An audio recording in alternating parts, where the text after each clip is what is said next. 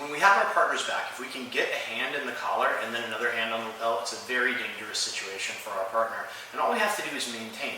So maintaining the back, we control before we submit, just like we survive before we escape. Now obviously there's a counter to everything, and sometimes things go wrong.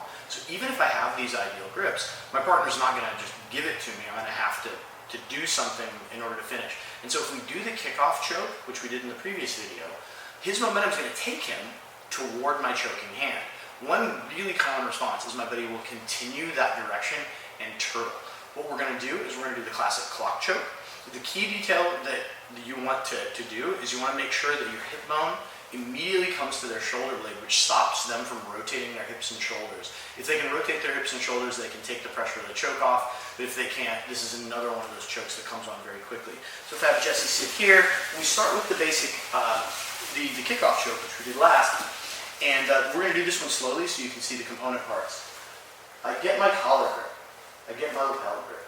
Jesse pushes back onto me, just like we did before. And this time, I'm going to kick him off after taking my hooks out. Now, as you can see, if we just popped up to that combat-based position that we did before, Jesse would be in big, big trouble.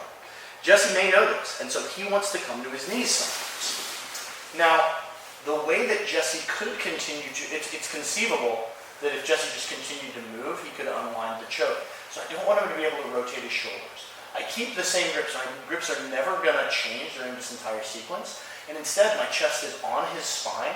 I'm going to rotate my hips and shoulders so that my chest is pointed that way away from the camera and my hip goes to Jesse's shoulder blade. And now, he can't. You can see he's about ready to tap already. A lot of ways to finish the clock choke. I like to step with my feet and walk. I let go so that Jesse couldn't be put to sleep. This is one of those really powerful chokes that puts a lot of really good black belts to sleep. Some of the best black belts in history have been put to sleep with this choke because it really does come on fast. So we're going to do that again from a different angle, and we'll talk about finishing the clock choke details. That's the critical one though, is like, if he can continue to rotate his hips and shoulders, sometimes he can get his back to the mat. Usually our underhook and grips are going to enable us to retake the back if that happens, but let's focus on finishing the clock choke. So if Jesse's facing this way, and I'll talk about some alternate ways to finish the clock choke as well, but like all jiu-jitsu techniques are made up of concepts and details, and people will do different details, but the concepts are always going to remain the same. I have to have this choking grip in order to finish, and I have to make sure that he can't rotate his hips and shoulders away. Like if Jesse were to rotate his right shoulder back, right, that takes the choke off, right? So I have to make sure that he can't do that. I usually do that with my hip. There are a couple of other ways to do it that I'll also show you. So we're going to grab the collar, and we're going to grab the lapel. Jesse pushes back on me. I'm going to take my hooks out and kick him toward the choke.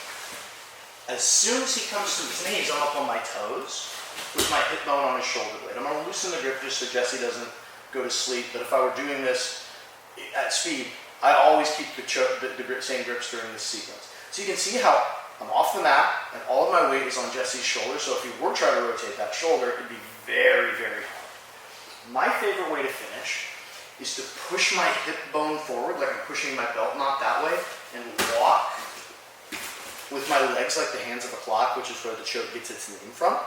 So I'll show you how that finish works.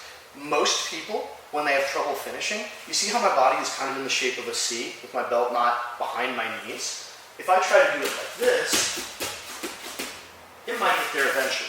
But watch how much different it is when I push that belt knot forward. Now if I take one step, Jesse's tapping right away, right? So that's my personal favorite way to finish the choke. Jiu-jitsu solves all of life's problems. Posture solves all of jiu-jitsu's problems. So if you're having trouble finishing the clock choke with these grips, it's probably because your posture is like this, with your hips behind your knees. Push forward and walk like that. Let's have your head here and feet here. A couple of other And your feet here on in the turtle, please. Oh, in the turtle. It's all good. So there are many other ways to finish the clock choke. Sometimes, depending on my buddy's body composition and the size of his lapel, sometimes I lose this grip. If I lose this grip, you can just grab their wrist and roll. Also works extremely well. You will also see folks take their elbow and come here. Once again, key detail is so he can't rotate out. Kayla Harrison, who's one of the best judoka America has ever produced, I've seen her finish the clock choke with just one hand by diving her hip like this. It's very dangerous. So yeah. Don't try this at home. The key part is, as long as we keep the grips, and even sometimes if we lose this secondary grip, we're still going to be able to finish. And if Jessie is able to rotate, we can also use the grips to take the back, which we may do in a subsequent video. So let's show that one more time. We have a full long video on the clock choke too, so you can see all the different variations of the clock choke. Again, really good people do the clock choke in numerous different ways, but the core detail is you just can't let them rotate their hips and shoulders, or else they're going to be able to take the pressure off. So I get my grip. Jessie pushes back on me. I kick Jessie off. As soon as I feel him going into the turtle, I'm already coming up, push my hips forward, walk like my feet are on the hands of a clock, and I get the tap. There are a list of really legendary jiu-jitsu practitioners who have been put to sleep by this choke in competition, so you know that it works. And as long as we get these simple grips which allow us to control, we can attack the kickoff choke, and if they defend, clock choke is right there.